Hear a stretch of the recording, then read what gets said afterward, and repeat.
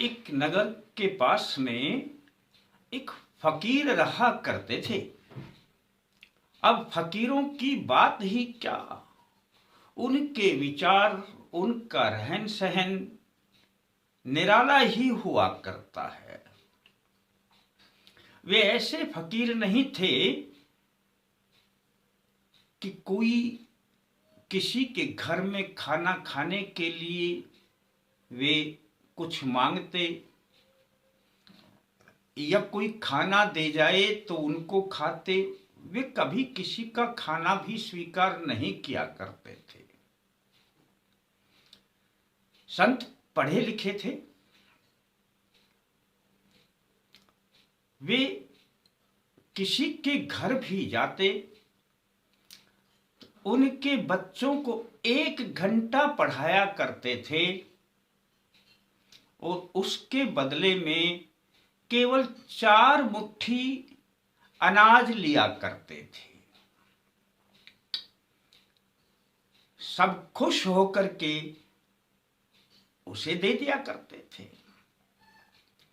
बल्कि सब इंतजार किया करते थे कि आज संत हमारे घर आ जाएं, आज हमारे घर आ जाएं। पर वे बदल बदल कर जाया करते थे, जहां मन किया वहां चले गए। उनके बच्चों को 1 घंटा पढ़ाया और बदले में 4 मुट्ठी अनाज ले लिया। वे ये भी नहीं कहते थे या कोई उन्हें आटा बना करके या आटा ले जाए, आटा भी नहीं लिया करते थे। वे उस अनाज को खुद अपनी चक्की में पीसा करते थे और उसकी रोटियां बनाया करते थे। और कभी कभी उनके साथ में आसपास में खड़े वनस्पतियों के पत्ते उनको उबालकर उनके साथ में खा लिया करते थे। बस वह 1 दिन का उनका अनाज हुआ करता था। धीरे धीरे करके इस बात का पता वहां के राजा तक पहुंच जाता है। वहां के राजा बड़े दयालु थे। वे कभी किसी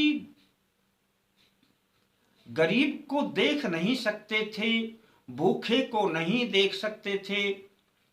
वे दिल खोलकर दान किया करते थे। कई बार उनके मुख्य सलाहकार यानी उनके प्रधान जो मंत्री हुआ करते थे वो कह दिया करते थे, राजन, बुरे समय के लिए खजाना भरा होना चाहिए, खजाने में धन होना चाहिए, और आप इस प्रकार से प्रजा में अपने धन को देते रहे तो बुरे वक्त में हम बुरी स्थिति से का सामना कर नहीं पाएंगे। राजा कहा करते थे, अगर प्रजा ही दुखी है तो मेरा राजा होने का फायदा क्या, और ये भी तो बुरा समय ही मैं देखता हूं। दोस्तों, राजा ने अपने कुछ सैनिकों को, गुप्तचरों को भेजा, उनके पास अनाज और धन भिजवाया, परंतु उस फकीर ने लेने से मना कर दिया। फकीर कहने लगे कि इसे किसी जरूरतमंद में बांट दो, मुझे तो जरूरत है नहीं इसकी। मैं तो कल जो खाना खाऊंगा वह अपनी 4 मुट्ठी अनाज किसी को भी घर में एक बच्चे को पढ़ाऊंगा और ले आऊंगा, पीस करके और अपना रोटी बना के खा लूंगा। मैं जो भी खाऊंगा करूंगा वह मेहनत करके ही करूंगा, बिना मेहनत का मैं खा नहीं सकता। राजा को जब इस बात का पता चला, राजा स्वयं चल करके आए उस संत के दर्शन के लिए कि ऐसा संत है कौन। तब संत ने कहा, राजन, आप जो धन भिजवाया, अब वैसे तो मैं आपका निरादर नहीं कर सकता, पर आप उन्हें किसी जरूरतमंद में बांट दें, मुझे इनकी आवश्यकता नहीं है, मैं अपना कर्म करके खा लेता हूं। राजा बड़े प्रसन्न हुए। पर इस बात की चर्चा राजा की नगरी के एक एक व्यक्ति को और उनके सभी जितने भी सैनिक थे, सब में उस फकीर संत की चर्चा होने लगी कि ऐसा भी एक फकीर संत हमारी नगरी में रहता है। दोस्तों, समय अब कुछ इस प्रकार आया कि उस राज के ऊपर दूसरे राजा ने चढ़ाई कर दी। युद्ध का सामना करते करते सेना के पास अस्त्र शस्त्र की, धन की भी राजा के पास कमी होने लगी, राशन की, अन्न की भी कमी होने लगी। युद्ध लंबा चला। अब राजा के पास इतना खजाना तो वे रखते ही नहीं थे। उनकी प्रधान जो सलाहकार थे, उन्होंने कहा, राजन, हमने पहले ही कहा था कि अपने खजाने को भरा रखना चाहिए। राजा ने कहा, कोई बात नहीं। राजा ने अपने एक प्रजा में अपना संदेश भिजवाया कि राजा के पास धन की कमी आ गई है, दूसरे राजा ने चढ़ाई कर दी है। लंबा समय निकल गया और धन और राशन की, अन्न की कमी है। जिनके पास जो था वह राजा के पास ले जाने लगे। फकीर ने जब इस बात को सुना तो उन्होंने सोचा कि मेरे पास तो कुछ है नहीं, मैं क्या लेकर के जाऊं।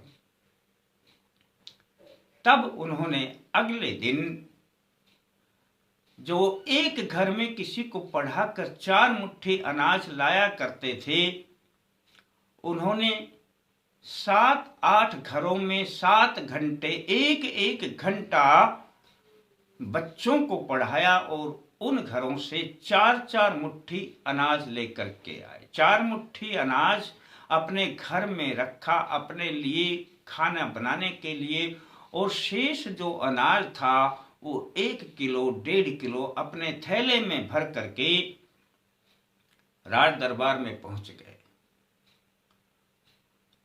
और उन्होंने कहा कि हे राजन, मैं भी कुछ लेकर के आया हूं अनाज, हमारी सेना के लिए इसकी जरूरत है। जब फकीर को यह अनाज ले जाते हुए प्रजा ने देखा, दूसरे लोगों ने देखा, तो इसकी चर्चा भी पूरी नगरी में हो गई और सैनिकों तक भी यह बात पहुंच गई कि हमारी रसद का इंतजाम करने के लिए फकीर ने भी 7-8 घरों में बच्चों को पढ़ाकर 4-4 मुट्ठी अनाज इकट्ठा करके और हमारे लिए अनाज भेजा है। सैनिकों में जोश भर गया। इतना जोश हावी हो गया कि अगले दिन जब युद्ध होगा तो हम पीछे मुड़कर नहीं देखेंगे और कल हमने विजय प्राप्त करनी ही करनी है। दोस्तों, ऐसा ही हुआ। उसके अनाज का ये फल था कि उनके अंदर जो हिम्मत आई सैनिकों में, उसकी अन्न से, उसकी फकीर की मेहनत से, कि उन्होंने जी जान से युद्ध किया और दूसरी सेना को परास्त किया और दूसरी सेना को मुंह की खानी पड़ी और राजा के सैनिकों की विजय हुई, उस राजा की विजय हुई। तब राजा ने कहा, इतने दिनों से जो युद्ध कर रहे थे, तब क्या हुआ कि एक ही दिन में और आपके अंदर ऐसा क्या चमत्कार हुआ। तब उन्होंने कहा कि राजन, ये सब चमत्कार हमारा नहीं था। ये जो फकीर, वो जो मेहनत करके घरों से मुट्ठी मुट्ठी भर अनाज इकट्ठा करके हमारे लिए लेकर के आए थे, हमारे से देखा नहीं गया। हमारे अंदर वह जोश आया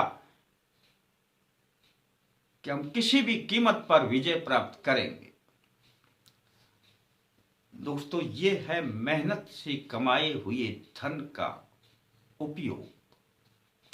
और आज का मेरा जो विषय है दोस्तों वह यही विषय है कि आपका अपनी ईमानदारी से कमाया हुआ धन का यदि यह प्रयोग मैं बताऊंगा यह कर लेंगे तो समझ लेना कि आपके जितने दुख दर्द हैं, कष्ट हैं, परेशानियां हैं, वे सब पीछे छूट जाएंगी और आपके ऊपर हनुमान जी की आएगी अपार कृपा।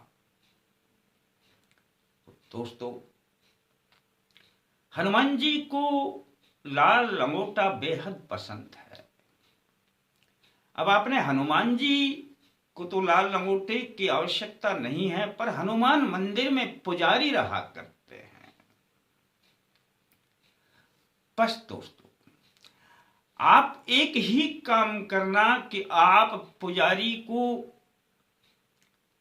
एक 5 मीटर लाल रंग का कपड़ा, अब वह पुजारी चाहे उसे किसी भी रूप में इस्तेमाल करे, प्रयोग करे, आपको कुछ नहीं सोचना।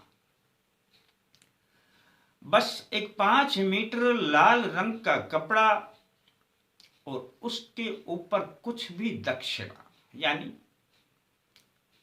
10-20 रुपए जो आपके पास है, आपकी श्रद्धानुसार पुजारी को जब भेंट करने के लिए जाए, मंगलवार को जाना है, तो इसके साथ में अपनी श्रद्धानुसार कुछ भुने हुए चने भी ले जाएं। यानी आपने 5 मीटर लाल रंग का कपड़ा, भुने हुए चने और उस पर कुछ दक्षिणा। एक ही बार हनुमान मंदिर में चले जाना, मंगलवार को चले जाना, पुजारी को भेंट कर देना। शर्त एक ही है, आपकी अपनी नेक कमाई हो या आपके पिता की अपनी ईमानदारी की कमाई हो या आपके घर में किसी की भी ईमानदारी से कमाए हुए पैसे से यह लेकर के आना है। एक 5 मीटर कपड़ा और अपनी श्रद्धानुसार भुने हुए चने, दक्षिणा जो आप कुछ भी दें। पुजारी को देने के बाद दोस्तों बैठ जाना वहां पर, जय सिया राम, जय सिया राम, जय सिया राम 3 बार बोलना और फिर हनुमान चालीसा कम से कम 2 बार पढ़ें और फिर 2 बार पढ़ने के बाद बोलें जय सिया राम, जय सिया राम, जय सिया राम। दोस्तों हनुमान जी से अर्जी लगा देना कि हे हनुमान जी महाराज, मैं आपकी शरण में हूं, अपनी कोई दुख तकलीफ है वह बोल देना और बोल देना हनुमान जी महाराज मुझ पर अपनी कृपा बनाए रखें। एक ही बार प्रयोग कर देना और इसका रिजल्ट देख लेना दोस्तों, वह रिजल्ट आएगा जो आपने सोचा भी नहीं होगा। शर्त एक ही है, पैसों का ध्यान रखना, जिनसे आप ये खरीदेंगे वो ईमानदारी से कमाए हुए पैसे हों। अच्छा लगता है दोस्तों किसी को बता देना, किसी ने सब्सक्राइब ना किया हो तो कर लेना, कमेंट्स में जय माता दी तो लिख ही देना, जय हनुमान जी लिख देना, जय राम जी लिख देना, कुछ तो लिख देना दोस्तों। लाइक कर लेना। फिर मिलते हैं दोस्तों नए अंक के साथ, तब तक के लिए जय माता दी।